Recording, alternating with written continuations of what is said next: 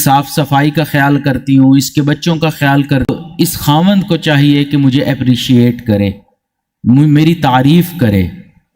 یہ ہر انسان چاہتا ہے، فطری تقاضا ہوتا ہے کہ کوئی بھی وہ کام اچھا کرتا ہے تو وہ یہ چاہتا ہے کہ اب اگلا بندہ میری تعریف کرے۔ لیکن خاوند حضرات تعریف نہیں کرتے، وہ کہتے ہیں یہ تو تمہاری ذمہ داری ہے، یہ تو تم نے پورا کرنا ہے، اس کے اوپر کیا تعریف کریں تمہاری۔ تو اس لیے یہ تین بنیادی چیزیں تو خاوند کو پوری کرنی ہی کرنی ہے، چونکہ دین کا علم نہیں ہوتا تو اس وجہ سے یہ تین چیزیں وہ پھر پوری کر نہیں پاتے۔ تو یہ تو ہو گئی بنیادی باتیں۔ اب آ جائیں اگلا مسئلہ جو آج کا ہمارا عنوان بھی ہے، ٹاپک بھی ہے، اور وہ یہ ہے کہ اکثر و بیشتر گھر میں رہتے ہوئے خاوند جو غلطیاں کرتے ہیں وہ 10 ایسی بنیادی غلطیاں کرتے ہیں جن کی وجہ سے پھر گھر کا ماحول خراب ہو جاتا ہے۔ تو خاوند کی 10 خطرناک غلطیاں، مزے کا عنوان ہے نا، سارے ایسے سنجیدہ ہو کے مجھے دیکھ رہے ہیں۔ اگر یہیں پہ میں کہتا نا عورت کی 10 خطرناک غلطیاں، ایک کہہ کا چھوٹتا یہاں پہ کہ کیا بات ہے، آج کا عنوان کتنا اچھا ہے، لیکن آج کا عنوان اتنا اچھا نہیں ہے۔ خاوند کی 10 غلطیاں، کیا کریں؟ لیکن بہرحال اب آپ لوگ کہیں باہر تو جا نہیں سکتے، اعتکاف ٹوٹ جائے گا، تو بیٹھ کے بات تو سننی پڑے گی، کہیں بھاگ بھی نہیں سکتے۔ تو پہلی بات، جو پہلی غلطی ہے خاوند کی، وہ ہے بیوی کو نظر انداز کر دینا۔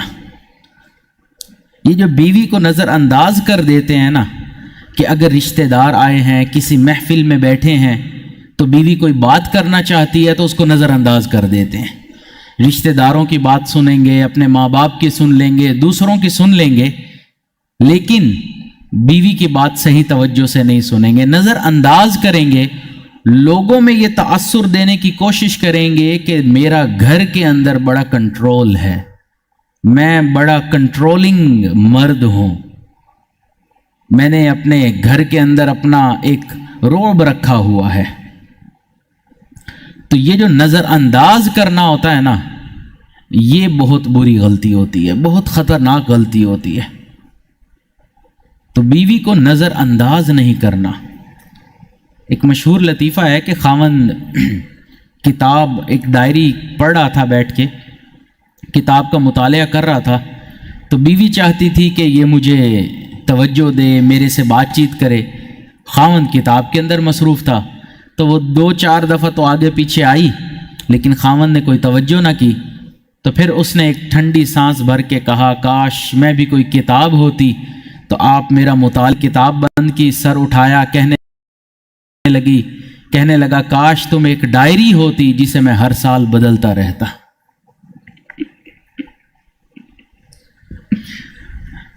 تو اب خاوند کی سوچ ہی جب ایسی ہوگی تو گھر تو نہیں بسے گا نا، تو کیونکہ وہ بیوی کو ہی نظر انداز کر رہا ہے۔ اس لیے ایک غیر مسلم رائٹر نے ماحول کے اعتبار سے لکھا، اپنے ماحول کے اعتبار سے، کہ جس پیار کی نظر سے خاوند اپنے ہمسائی کی لڑکی کو دیکھ لیتا ہے، اگر اس نظر سے اپنی بیوی کو ایک بار دیکھ لے تو اس کا گھر آباد ہو جائے۔ تو ایک غیر مسلم رائٹر اپنے ماحول کے حساب سے یہ بات لکھ رہا ہے۔ تو اب آپ خود سوچیں کہ ہمارے ہاں بیوی کو نظر انداز کیا جاتا ہے، اس کی وجہ سے پھر بیوی کو ویلیو جب نہیں ملتی تو گھر کا ماحول خراب ہو جاتا ہے۔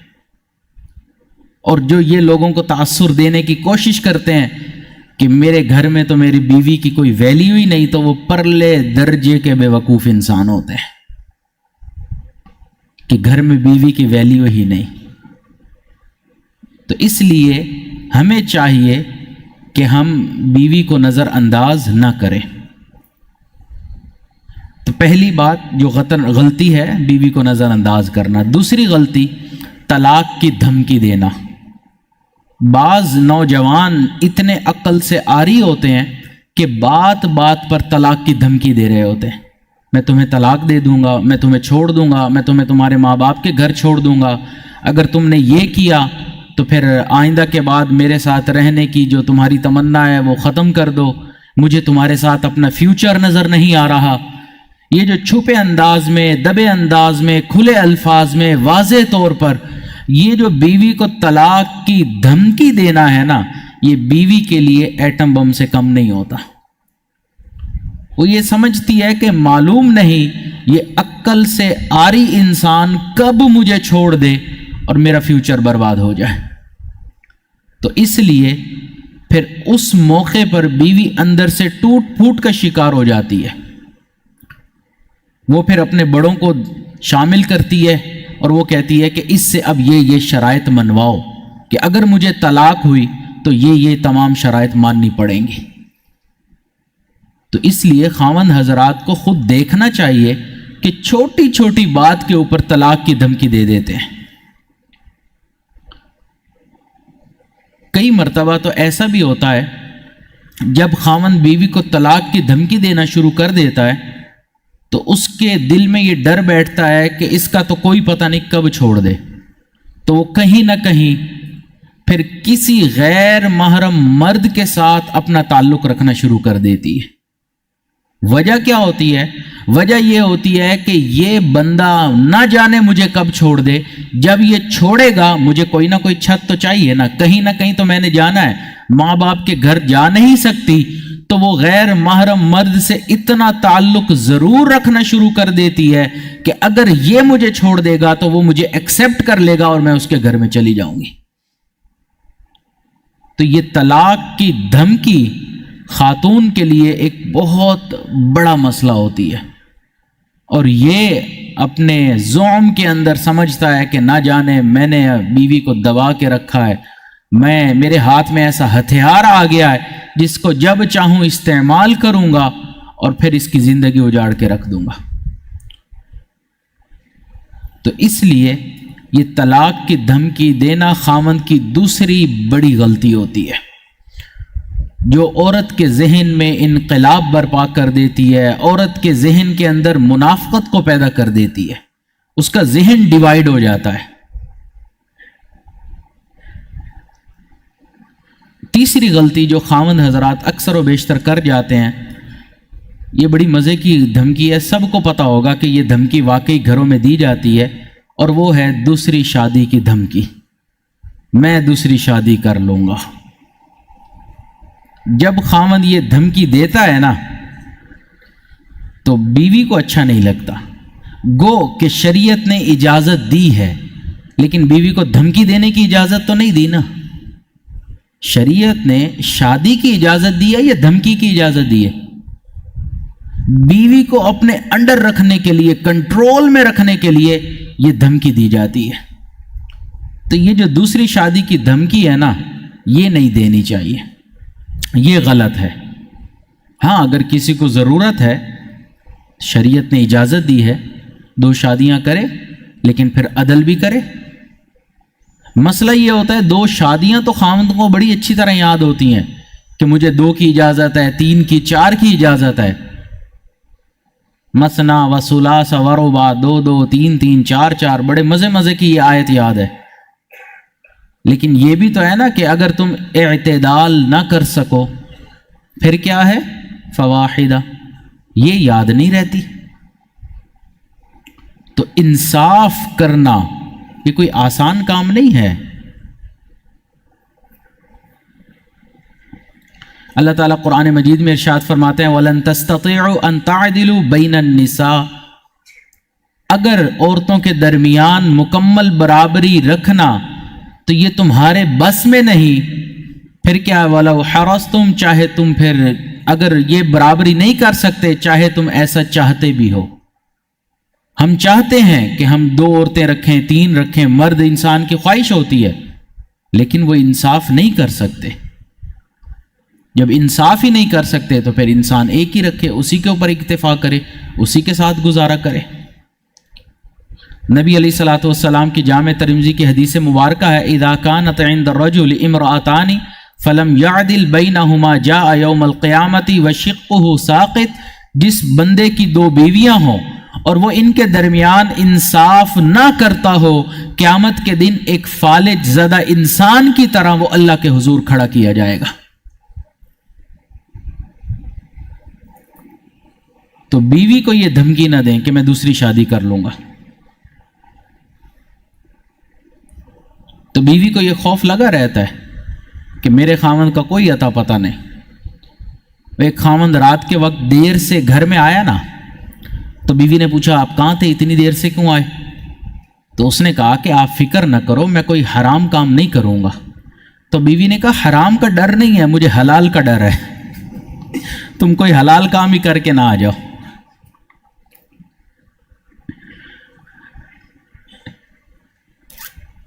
حضرت تھانوی رحمہ اللہ کے پاس ایک شخص آیا، آ کے کہنے لگا کہ حضرت میں دوسری شادی کرنا چاہتا ہوں تو اس کے لیے کیا شرط ہے؟ حضرت نے فرمایا کہ اگر تم دوسری شادی کرنا چاہتے ہو تو پہلی بیوی کو بھی گھر دو، دوسری بیوی کو بھی گھر دو، اور ایک تیسرا گھر بھی بناؤ۔ اس نے کہا حضرت تیسرا گھر کس بات کے لیے؟ فرمایا تم نے بھی تو کہیں رہنا ہے نا۔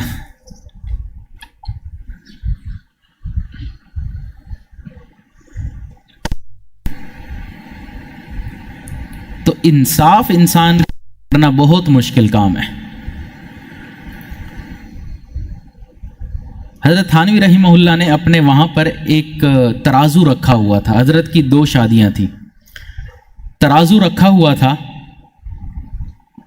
اور اس کے اندر دونوں کے گھر میں جب کوئی چیز بھیجنی ہوتی تو تول کر بھیجتے تھے کہ بالکل برابر جانی چاہیے۔ ایک مرتبہ حضرت کے پاس تربوز آئے تو حضرت نے اپنے خادم سے کہا کہ اب یہ مجھے دونوں گھروں میں بھیجنا ہے تو میں کس طرح بھیجوں؟ تو وہ کہنے لگے کہ حضرت آپ یوں کریں کہ ایک گھر میں ایک بھیج دیں، دوسرے گھر میں دوسرا بھیج دیں۔ حضرت نے فرمایا نہیں، میں ایسا نہیں کروں گا، میں دونوں کو درمیان سے آدھا آدھا کٹ کروں گا، اس کا آدھا اور اس کا آدھا ایک کے گھر میں بھیجوں گا، اس کا آدھا اس کا آدھا ایک کے گھر میں۔ اس نے کہا حضرت ایسا کیوں کریں گے؟ فرمایا ہو سکتا ہے ایک زیادہ میٹھا ہو اور ایک کم میٹھا ہو، تو میں ایک کے گھر میں زیادہ میٹھے والا بھیج دوں اور ایک کے گھر میں کم میٹھے والا، تو یہ ناانصافی ہو جائے گی۔ تو ایسا انصاف کر سکتے ہیں پھر؟ ایک آدمی کی 2 بیویاں تھیں، اللہ کی طرف سے معاملہ ایسا ہوا کہ دونوں ہی ایک ہی وقت میں وفات پا گئے۔ اب اس نے سوچا کہ میں نے دونوں کے ساتھ بہت انصاف والا معاملہ کرنا ہے، یہ جو آخری معاملات ہیں انصاف کے ساتھ ادا ہونے چاہیے۔ تو اس نے ایک ہی دکان سے دونوں کا کفن لیا، ایک ہی کوالٹی کا، ایک ہی قیمت کا، ایک ہی وقت میں ایک ہی جگہ پر دونوں کو غسل دیا گیا، ہر چیز ایک وقت میں کی گئی۔ اب جب جنازہ نکالنے کا وقت آیا تو گھر کا دروازہ تو ایک ہی ہے، تو ایک ہی وقت میں جنازہ کیسے نکلے؟ آگے پیچھے نکلے گا تو انصاف نہیں ہوگا، برابری ہونی چاہیے۔ تو اس نے دیوار توڑ کے نیا دروازہ بنوایا کہ دونوں جنازے ایک وقت میں نکلنے چاہیے۔ دونوں جنازے ایک وقت میں نکلے، قبرستان پہنچے، جنازہ گاہ میں ایک وقت میں جنازہ ہوا، ایک وقت میں دونوں کو دفنایا گیا۔ جب دفنا کے یہ گھر آیا تو بڑا مطمئن تھا کہ آج میں نے انصاف والا معاملہ کیا، سارے معاملات ایک وقت میں کر دیے۔ رات سویا تو اس کی جو پہلی بیوی تھی وہ اس کے خواب میں آئی اور اس نے کہا کہ تم نے تو ناانصافی والا معاملہ کر دیا۔ اب یہ پریشان کہ میں نے کون سی ناانصافی کر دی؟ تو اس نے پوچھا کہ میں نے کون سی ناانصافی کی؟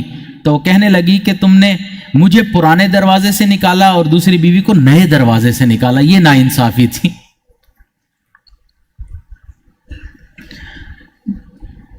تو انصاف کرنا کوئی آسان کام نہیں ہے، ایک کو سنبھال نہیں سکتے، 2 کو سنبھالنے کی باتیں ہو رہی ہوتی ہیں۔ تو بہرحال تو یہ جو طلاق کی دھمکی ہے یہ عورت کے لیے بہت بری ہے، خطرناک ہے۔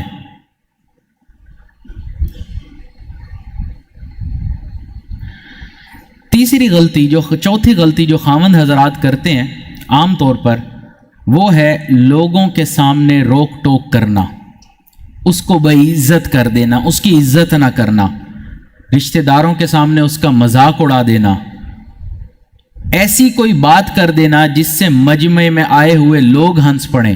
جیسے رشتہ دار اکٹھے ہوتے ہیں، گیدرنگ ہوتی ہے، تو بیوی کے اوپر ایسا کامنٹ پاس کر دینا، کہ لوگ خوش ہو جائیں گے، تو یہ اس کی عزت تو نہیں کی نا. یا وہ اگر کوئی کام کرنا چاہ رہی ہے تو اس کو روک ٹوک کر دینا. تو یہ بیوی کے لیے، ایک خاوند کے لیے خطرناک غلطی ہے جو وہ کرتا ہے. آپ دیکھیں کہ بچوں کو بھی اگر آپ لوگوں کے سامنے ڈانٹ ڈپٹ کریں گے نا، یا کسی بات کو سمجھائیں گے، تو وہ محسوس کریں گے کیونکہ ان کی عزت نفس مجروح ہو جائے گی. تو اگر بچے کو بھی اس بات کا احساس ہے، تو یہ تو ایک بڑی عمر کی خاتون ہے، شعور رکھتی ہے، بچوں والی ہے، تو اس کی عزت نفس کا خیال نہیں رکھنا چاہیے. علماء نے لکھا ہے کہ اگر بچہ اکیلے میں گرے گا، وہ نہیں روئے گا، وہ کھڑا ہو جائے گا، اگر رویا بھی تو تھوڑا سا روئے گا، لیکن لوگوں کے سامنے اگر گرے گا نا تو وہ زیادہ روئے گا، کیونکہ اس کو اس بات کا احساس ہو جائے گا کہ لوگوں کے سامنے میری بے عزتی ہو گئی ہے. تو اگر بچے کو اس بات کا احساس ہے تو کیا اس عورت کو نہیں ہوگا، اس خاتون کو نہیں ہوگا؟ تو اس لیے اس کو بے عزت کر دینا، لوگوں کے سامنے اس کے اوپر کومنٹ پاس کر دینا، تنقید کا نشانہ بنا دینا، مذاق کا منبع و محور بنا دینا. جیسے لوگ بیٹھتے ہیں تو کوئی ایک مذاق کے لیے مرکز بن جاتا ہے، پھر سب اسی کے اوپر مذاق کرتے ہیں. تو یہ چیز خاوند حضرات کی بہت بڑی غلطی ہے کہ وہ اپنی بیوی کو عزت ہی نہیں دیتے. کئی مرتبہ تو ایسا ہوتا ہے کہ خاوند حضرات اپنی غلطی کو ڈانٹ ڈپٹ سے کور اپ کرنے کی کوشش کرتے ہیں. بیوی نے ایک دن کام کہا، صاحب جی گھر سے باہر نکلے بھول گئے، دوسرے دن پھر یاد دلایا، دوستوں میں آ کے پھر بھول گئے، تیسرے دن پھر بھول گئے. اب چوتھے دن تھوڑی سی تو میں ہوگی نا، جب 4 دن سے ایک کام یاد دلایا جا رہا ہے. تو جب بیوی کہے گی کہ 3-4 دن سے تو میں یہ بات کہہ رہی ہوں تو آپ یہ کام کیوں نہیں کر رہے، اب اس کو پتا ہے کہ غلطی میری ہے، لیکن ڈانٹ ڈپٹ، تم کون ہوتی ہو مجھے یہ بات کرنے والی، میں کروں یا نہ کروں. تو اب ڈانٹ ڈپٹ سے اس بات کو کور اپ کرنے کی یہ کوشش کریں گے، اس کی بے عزتی کریں گے. تو یہ چوتھی غلطی جو خاوند کرتے ہیں، بے عزت کرنا. اور 5ویں اور خطرناک غلطی عام طور پر جو خاوند کرتے ہیں، بیوی کو وقت نہیں دیتے. جب وقت ملے گا میں گھر آ جاؤں گا، تم اپنی امی کے پاس چلی جاؤ، تم گھر میں بیٹھی ہو نا، کہیں باہر تو نہیں بیٹھی نا، میں وقت ملے گا تو آ جاؤں گا. اب یہ صاحب جی گھر آتے ہیں، نیند سے آنکھیں بھری ہوئی ہوتی ہیں، آتے ہی کھانا کھا کے سو جاتے ہیں. تو بیوی یہ چاہتی ہے کہ یہ مجھے وقت دے، میرے پاس بیٹھے.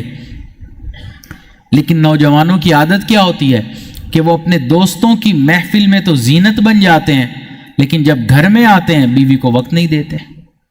اپنی ماں کے پاس بیٹھ جائیں گے، باتیں کریں گے، اپنی بہنوں کے پاس بیٹھ جائیں گے، باتیں کریں گے، بھائی کے ساتھ کریں گے، بیوی کے ساتھ نہیں وقت گزاریں گے. تو یہ جو وقت نہ دینا ہے نا، یہ بہت بڑی غلطی ہے خاوند کی. اس لیے چاہیے کہ زیادہ سے زیادہ اپنی بیوی کو وقت دیں. اور کئی مرتبہ نیکوکار لوگ بھی اس کے اندر غلطی کا شکار ہو جاتے ہیں. جی ہم نے وہ مراقبے کے لیے جانا ہے، ہم نے پیر صاحب کی محفل کے لیے جانا ہے. تو بیوی کا ایک وقت ہے تو اس میں اس کو وقت دیں. بیان آپ کسی اور موقع پہ سن لیں، آن لائن سن لیں، مراقبہ کسی اور وقت میں کر لیں، لیکن جو وقت بیوی کا ہے وہ بیوی کو ہی دیں. اور کئی لوگ گھر سے نکل جاتے ہیں، جی ہم تو گھر سے دین کے لیے نکل رہے ہیں، لہٰذا اب ہم 1 سال کے لیے گھر نہیں آئیں گے، اب سالوں کے لیے گھر نہیں آئیں گے.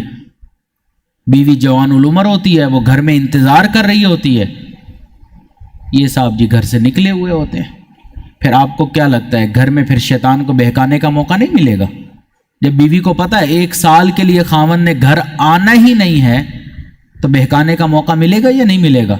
اس کا نفس نہیں ہے، اس کے پیچھے شیطان نہیں لگا ہوا. حضرت عمر رضی اللہ تعالیٰ عنہ کے پاس ایک مرتبہ ایک تابعی حضرت کعب رحمہ اللہ تشریف فرما تھے. تو اتنے میں ایک خاتون آئی، آ کے کہنے لگی کہ امیر المؤمنین، میرا جو خاوند ہے وہ ساری رات تہجد پڑھتا ہے اور سارا دن روزے رکھتا ہے، بہت نیک انسان ہے. تو حضرت عمر رضی اللہ تعالیٰ نے یہ سنا اور حیران ہو گئے کہ یہ عورت کہنا کیا چاہتی ہے. ایک طرف تو کہہ رہی ہے میرا خاوند بہت نیک ہے، تو کوئی اس بات کی بھی شکایت لگاتا ہے؟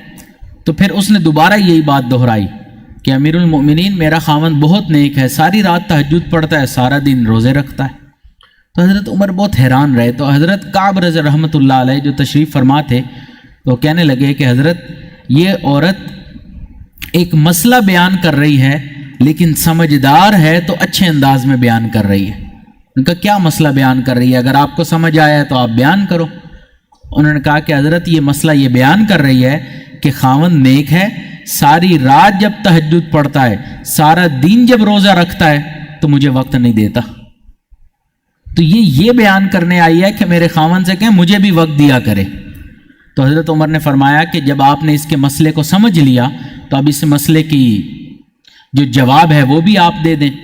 تو اس عورت کے خاوند کو بلایا اور اس کو حضرت کعب رضی اللہ تعالیٰ نے یہ مسئلہ سمجھایا کہ دیکھیں شریعت تمہیں یہ حکم دیتی ہے کہ تم اپنی بیوی کو وقت دو. تمہیں چاہیے کہ تم 3 دن روزہ رکھنا چاہتے ہو تو رکھو، مگر چوتھے دن افطار کرو، یعنی کہ چوتھا دن پھر بیوی کے ساتھ گزارو. یہ سن کر وہ چلے گئے اور بیوی بھی خوش ہو گئی. تو حضرت عمر رضی اللہ تعالیٰ نے پوچھا کہ آپ نے یہ مسئلہ کہاں سے بیان کیا؟ تو وہ کہنے لگے کہ حضرت میں نے قرآن مجید پر نظر ڈالی کہ قرآن مجید میں اللہ رب العزت نے ایک مرد کو زیادہ سے زیادہ 4 عورتوں کے ساتھ شادی کی اجازت دی. اگر بالفرض کوئی 4 شادیاں کر بھی لے تو ہر عورت کو 3 دن کے بعد چوتھی رات ملتی ہے. تو اس لیے میں نے یہ شرط لگا دی کہ تم زیادہ سے زیادہ 3 دن روزے رکھو، چوتھا دن افطار کرو اور اپنی بیوی کے ساتھ وقت گزارو. تو حضرت عمر رضی اللہ تعالیٰ نے یہ فیصلہ سنا تو بہت خوش ہوئے اور ان کو اس بات پر اتنی ذہانت پر کہ قرآن کے اندر اتنی نظر ہے ان کی، بصرہ کا قاضی بنا دیا. تو اس سے پتہ چلتا ہے کہ عورت کو وقت دینا ہے. اور کئی لوگ ہمارے معاشرے میں تلاش معاش کے لیے باہر ملک کا سفر کرتے ہیں، پھر پتہ چلتا ہے کہ خاوند صاحب 2 سال سے واپس نہیں آئے، 5 سال سے واپس نہیں آئے، وہ وہاں پر زندگی گزار رہا ہے. جوان العمر بیوی ہے، وہ یہاں پر اس کے ساس سسر کے ساتھ زندگی گزار رہی ہے. تو آپ کو کیا لگتا ہے جب بیری کے درخت گھر میں ہوں گے تو کوئی پتھر نہیں مارے گا؟ پتھر ماریں گے نا لوگ. پھر یہی ہوتا ہے جب وہ دیکھتے ہیں اس کے خاوند نے تو آنا ہی نہیں، وہ تلاش معاش کے لیے باہر گیا ہوا ہے. یہ خاوند حضرات بہت بڑی غلطی کرتے ہیں.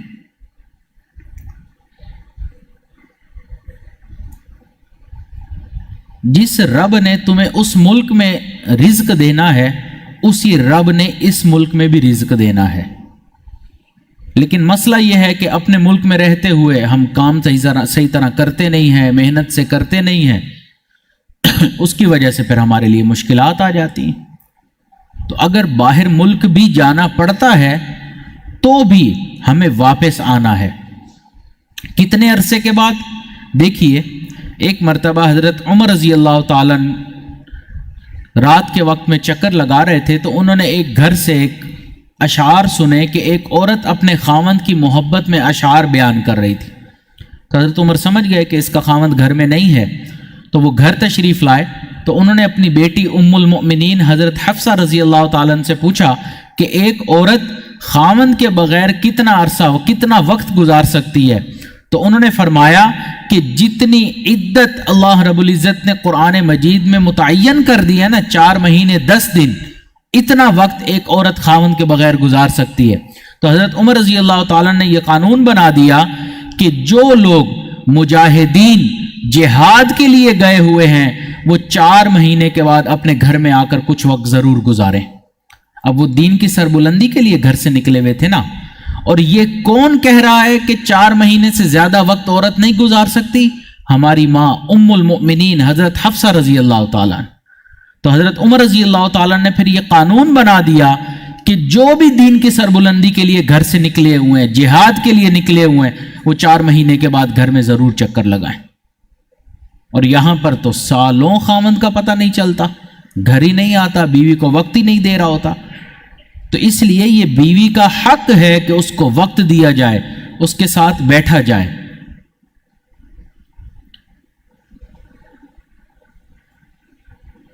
تو یہ چوتھی غلطی اور چھٹی غلطی جو خاوند حضرات کرتے ہیں وہ یہ ہے کہ گھر میں اصولوں کی پابندی تو کرواتے ہیں مگر خود اصول کی پابندی نہیں کرتے. دوسروں کو تو کہتے ہیں کہ تمہیں یہ اصول کی پابندی کرنی ہے، لیکن جب اپنی باری آتی ہے تو اصول کی کوئی پابندی نہیں.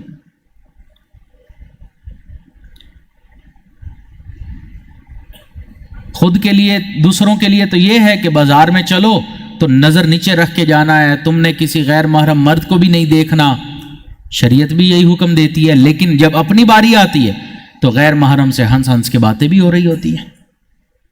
تو پھر خود بھی پابندی کرو نا اگر اس کے اوپر یہ پابندی لگائی ہے.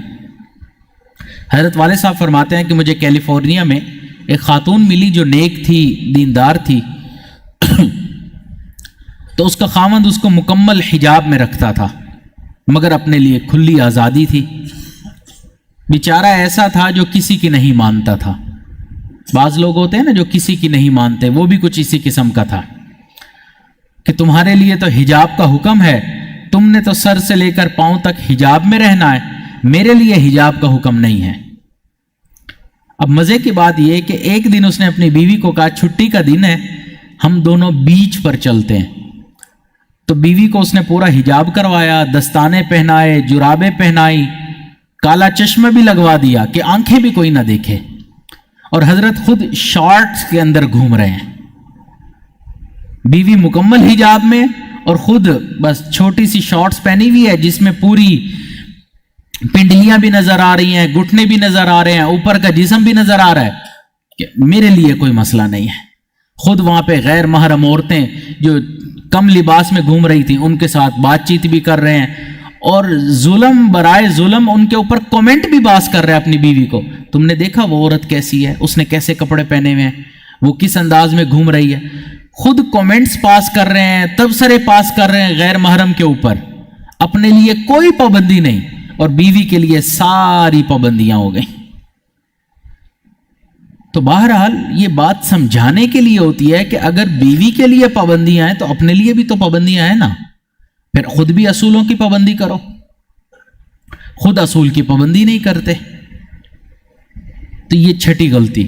ساتویں غلطی جو خاوند حضرات کرتے ہیں اور عام طور پر اکثر و بیشتر کرتے ہیں وہ یہ کہ بیوی کی چھوٹی چھوٹی بات کے اوپر نکتہ چینی کرنا. اور یہ نکتہ چینی کرتے کرتے یہاں تک بڑھتی ہے کہ پھر ہر وقت بیوی کو شک کی نظر سے دیکھنا شروع کر دیتے ہیں. تم ایسا کیوں کر رہی ہو، تم یہ کیوں کر رہی ہو، اب تم نے یہ کیوں کر دیا، اب تم اس سے بات کیوں کر رہی ہو، اب تم فلاں سے بات کیوں کر رہی ہو، اس وقت تمہاری ماں کا فون کیوں آیا، اس وقت تمہاری بہن کا فون کیوں آیا، تم اس وقت یہ کپڑے پہن کے اپنی ماں کے گھر کیوں جا رہی ہو. چھوٹی چھوٹی باتوں سے یہ بات شروع ہوتی ہے اور بالآخر شک کے دائرے میں آ کر بیوی کے اوپر شک کرنا شروع کر دیتے ہیں. بعض مرتبہ تو بیوی اپنے سگے بھائی سے فون پر بات کرتے ہوئے ہنس پڑتی ہے نا تو یہ شک کرنے لگ جاتا ہے یہ بھائی سے شک بات کیوں کر رہی ہے ہنس کر، کیونکہ عادت پڑ جاتی ہے نا. بے وقوفیاں تو اپنی ہوتی ہیں، شک بیوی کے اوپر کرنا شروع کر دیتا ہے. عقل کے اوپر پردے اپنے پڑ جاتے ہیں، شک اپنی بیوی کے اوپر کرتا ہے.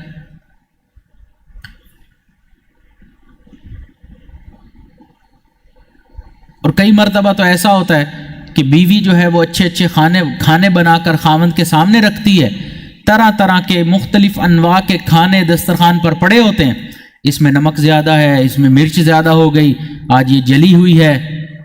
بس ان چھوٹی چھوٹی باتوں کے اوپر نکتہ چینی شروع کر دیتے ہیں. تو یہ جو نکتہ چینیاں ہوتی ہیں نا، یہ جو تانا دینا ہوتا ہے چھوٹی چھوٹی بات کے اوپر، یہ بات بہت آگے تک بڑھ جاتی ہے.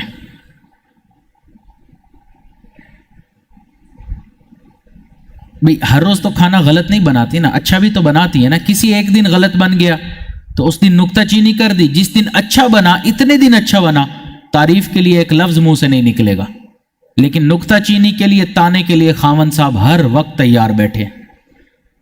اب تمہارے پاس یہ نہیں، اب تمہارے ماں باپ کے پاس. اور پھر کئی مرتبہ کئی خاوند اتنے عقل سے عاری ہوتے ہیں کہ بیوی کو اس کے ماں باپ کے بارے میں تانے دے رہے ہوتے ہیں کہ تمہارے ماں باپ ایسے، تمہارے بہن بھائی ایسے. اپنے ماں باپ کے بارے میں تو ذرہ برابر برداشت نہیں ہوتا کہ خبردار جو میری ماں کے بارے میں کوئی بات کی، میری بہنوں کے بارے میں کوئی بات کی، لیکن بیوی کو اس کے ماں باپ کے بارے میں تانے دے رہے ہوتے ہیں، تمہارے ماں باپ ایسے ہیں تو تمہارے ماں باپ نے اب یہ کر دیا، تمہارے بھائی نے اب یہ کر دیا. اور بیوی کسی دن کہہ دے کہ آج تمہاری بہن نے یہ کر دیا تو گھر میں طوفان کھڑا ہو جاتا ہے. تمہاری ماں نے آج یہ کر دیا، گھر میں طوفان کھڑا ہو جاتا ہے. تو یہ نکتہ چینی کی عادت، تانے دینے کی عادت، اور کئی تو ایسے بندہ اب ان کے لیے لفظ بھی کون سا استعمال کرے، تانے دیتے ہیں. جب بیوی کہتی ہے آپ تانے نہ دیں، میں نے تو کوئی تانا نہیں دیا، میں تو مذاق کر رہا تھا. تو یہ مذاق ہوتا ہے. پھر جس دن تمہارا مذاق کیا جائے اس دن پھر غصہ چڑھنا شروع آ جاتا ہے.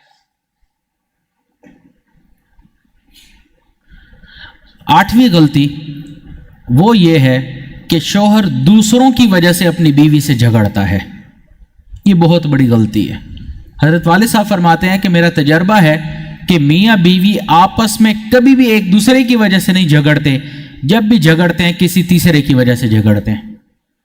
اب وہ تیسرا خاوند کی ماں بھی ہو سکتی ہے، خاوند کی بہنیں بھی ہو سکتی ہیں، وہ خاوند کا بزنس بھی ہو سکتا ہے، خاوند کی تجارت دکان بھی ہو سکتی ہے، خاوند کے دوست بھی ہو سکتے ہیں، بیوی کی طرف سے کوئی ہو سکتا ہے، کوئی رشتہ دار.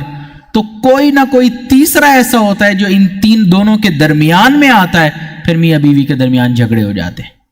حالانکہ حیرانگی کی بات ہے کہ اللہ رب العزت نے فرمایا ہن لباس لکم وانتم لباس لہن، کہ یہ میاں بیوی ایک دوسرے کا لباس ہیں. لباس کا مطلب یہ کہ اب لباس جسم کے اتنا قریب ہوتا ہے کہ لباس اور جسم کے درمیان کوئی تیسری چیز حائل نہیں ہوتی. اسی طرح یہ میاں بیوی اتنا قریب ہیں کہ اب ان دونوں کے درمیان نہ ساس حائل ہو سکتی ہے، نہ خاوند کی ماں حائل ہو سکتی ہے. لیکن اکثر و بیشتر گھروں میں کیا ہوتا ہے؟ خاوند کی ماں کا ڈنڈا ہوتا ہے، وہ پیچھے سے سارا کھیل کھیل رہی ہوتی ہے. جیسے پتلیوں کا کھیل ہوتا تھا نا پہلے زمانے میں، کہ انسان سامنے دیکھتا ہے، ایک پردہ ہوتا ہے، پردے کے پیچھے کچھ پتلیاں ہوتی ہیں جو ہل رہی ہوتی ہیں، لیکن ان پتلیوں کے ساتھ ڈوریاں بندھی ہوتی ہیں جو پیچھے ایک بندے کے ہاتھ میں ہوتی ہیں، انگلیوں میں. وہ انگلیاں آگے پیچھے کرتا ہے، نیچے پتلیاں ہلتی ہیں. بس ماں شادی تو کر دیتی ہے اپنے بیٹے کی، لیکن اس کی ڈور اپنے ہاتھ میں رکھتی ہے کہ کہیں اس کی بیوی کی یہ کہنا نہ مان لے، اپنی بیوی کے بات نہ مان لے. اچھا یہ عجیب بات ہے، ساس یہ چاہتی ہے کہ میرا خاوند تو میری سب بات مانے. یہ ضرور وہ چاہتی ہے میرا خاوند میری ساری باتیں مانے، البتہ میرا بیٹا اپنی بیوی کی ساری باتیں نہ مانے. بھی جس طرح آپ اس کی بیوی ہو اور یہ چاہتی ہو کہ خاوند میری بات مانے، اسی طرح آپ کا بیٹا بھی اس کا خاوند ہے، تو بیوی بھی چاہتی ہے کہ میرا خاوند میرا خیال رکھے، میری بات کو مانے. لیکن ہمارے معاشرے میں عجیب معاملہ ہے.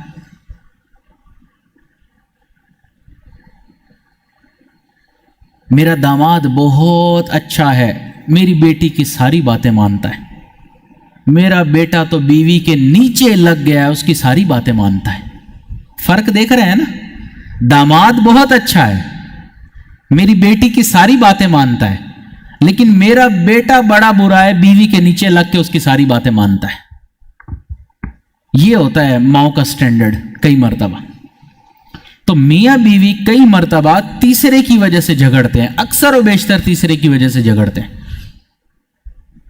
تو اس چیز کو دیکھنا چاہیے کہ دو کے درمیان کوئی تیسرا نہ آئے. اور 9ویں چیز جس کی وجہ سے جھگڑے ہوتے ہیں وہ یہ ہے کہ الزام لگا دینا. خاوند چھوٹی چھوٹی باتوں کے اوپر بیوی کے اوپر الزام لگا دیتا ہے. بچہ گر گیا، بیوی کے اوپر الزام، تم نے خیال نہیں رکھا. کوئی چھوٹا سا نقصان ہو گیا گھر کا، تم نے خیال نہیں رکھا، تم نے یہ نہیں کیا، تم نے وہ نہیں کیا. بس یہ تم نے نہیں کیا، تم نے نہیں کیا اور تم نے نہیں کیا. تو یہ جو الزام ہے، یہ ہر چھوٹی بڑی چیز کا بیوی کے اوپر لگا دینا، یہ ٹھیک نہیں ہوتا. اور کئی مرتبہ کئی خاوند تو اتنے عقل سے پیدل ہوتے ہیں کہ وہ اس بات کا بھی الزام لگانے سے پیچھے نہیں ہٹتے کہ میرے بیوی کا کسی غیر محرم سے چکر چل رہا ہے.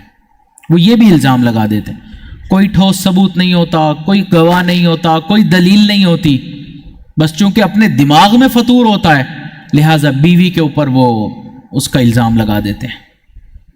عام طور پر اگر خاوند کا خود اپنا مزاج غلط ہوتا ہے نا تو وہ پھر بیوی کو بھی اسی نظر سے دیکھتا ہے۔ خود کے تعلقات چونکہ غیر محرموں سے ہوتے ہیں تو وہ یہ سمجھتا ہے کہ پھر اس کا مطلب ہے اس کے بھی غیر محرم سے تعلقات ہیں، تو دماغ اپنا خراب ہوتا ہے، تعلقات اپنے خراب ہوتے ہیں، الزام تراشی بیوی کے اوپر لگا رہا ہوتا ہے۔ اور چھٹی غلطی اور 10ویں غلطی جو خاوند حضرات اکثر و بیشتر کرتے ہیں وہ یہ کہ بیوی کو کہتے ہیں کہ مجھے تم سے تو پیار ہے مگر تمہارے ابو اچھے نہیں لگتے، تمہاری امی اچھی نہیں لگتی، تمہارے رشتہ داروں سے میرا کوئی تعلق نہیں، تمہارے عزیز و اقارب سے میری بے اعتنائی ہے، وہ بے اعتنائی برتنا شروع کر دیتے ہیں۔ اب ظاہری بات ہے جس بیوی کو کہا جائے کہ تمہارے ابو مجھے اچھے نہیں لگتے یا ان سے میں تعلق نہیں رکھنا چاہتا، بعض خاوند ہوتے ہیں نا میرا تعلق تمہارے سے تو ہے لیکن تمہارے گھر والوں سے میرا کوئی تعلق نہیں، تو کیا بیوی کو پھر ایسا مرد اچھا لگے گا؟ بھی جس طرح تم یہ چاہتے ہو کہ تمہارے ماں باپ کا خیال رکھا جائے، ان کے ساتھ محبت کی جائے، تو بیوی بھی یہ چاہتی ہے کہ میرے ماں باپ کا بھی خیال رکھا جائے، ضرورت پڑے تو ان کو کال کر لی جائے، ان کو مورل سپورٹ کر دی جائے، الفاظ سے ہی سپورٹ کر دی جائے۔ لیکن خاوند حضرات کہتے ہیں نہیں، ان سے تو ہمارا کوئی لینا دینا نہیں، ساس سسر تو ہمیں اچھے نہیں لگتے، لیکن ادھر بیوی کو کہتے ہیں تمہارے اوپر تو ساس سسر کی خدمت لازم ہے، اگر اس کے اوپر لازم ہے تو پھر تمہارے اوپر بھی لازم ہے۔ اگر وہ تمہارے ماں باپ کی بیٹی بن سکتی ہے تو تم اس کے ماں باپ کے بیٹے کیوں نہیں بن سکتے ہو؟ تو جھگڑے تو تبھی ہوتے ہیں نا جب ایک طرف تو ڈنڈا ہوتا ہے اور دوسری طرف آزادیاں ہی آزادیاں ہوتی ہیں۔ تو اس لیے اس چیز کو دیکھنا چاہیے کہ اس کے ماں باپ کو بھی وہی عزت دینی چاہیے۔ حدیث مبارکہ میں ہے کہ تمہارے اوپر سب سے زیادہ حق اس انسان کا ہے جس نے اپنی بیٹی تمہارے نکاح میں دی ہے، اور ہمارے معاشرے میں سسر کو کچھ سمجھا ہی نہیں جاتا۔ یاد رکھیں شریعت کہتی ہے کہ نکاح سے پہلے ایک ماں اور ایک باپ ایک ماں اور ایک باپ، جب نکاح ہو گیا شادی ہو گئی اب 2 ماں اور 2 باپ، ساس سسر اس کے بھی والد اس کے بھی والد، ماں وہ اس کی بھی ہے اور وہ اس کی بھی ہے۔ تو اس لیے بیوی کے رشتہ داروں کے ساتھ بھی اچھا سلوک کرنا، ماں باپ کے ساتھ اچھا سلوک کرنا، یہ جو ہے یہ اچھا ہے شریعت میں۔ کئی تو خاوند ایسے ہوتے ہیں کہ وہ کہہ دیتے ہیں مجھے اچھا نہیں لگتا تم اپنے ماں باپ سے بات کرتی ہو، بہن بھائیوں سے بات کرتی ہو، لہٰذا تم نے فون ہی نہیں کرنا۔ حضرت والد صاحب فرماتے ہیں کہ UAE میں میرے پاس میاں بیوی آئے، بیوی پردے میں تھی لیکن ڈھکے چھپے الفاظ میں اس نے شکایت کر دی کہ خاوند مجھے خوش نہیں رکھتا۔ جب خاوند سے پوچھا گیا حضرت ہم تو بہت خوش رہتے ہیں لیکن بیوی خوش نہیں ہے، وجہ کیا ہے؟ جب کھل کے پوچھا گیا تو بیوی نے بتایا کہ اس نے میرے اوپر پابندی لگائی ہوئی ہے کہ میں اپنے ماں باپ کے پاس نہیں جا سکتی، ان سے بات نہیں کر سکتی، 4 سال ہو گئے ہیں میں اپنے ماں باپ کے پاس نہیں گئی، ان کا چہرہ تک نہیں دیکھا۔ اور خود حضرت آئے دن اپنے ماں باپ کے ساتھ وقت گزار رہے ہوتے ہیں۔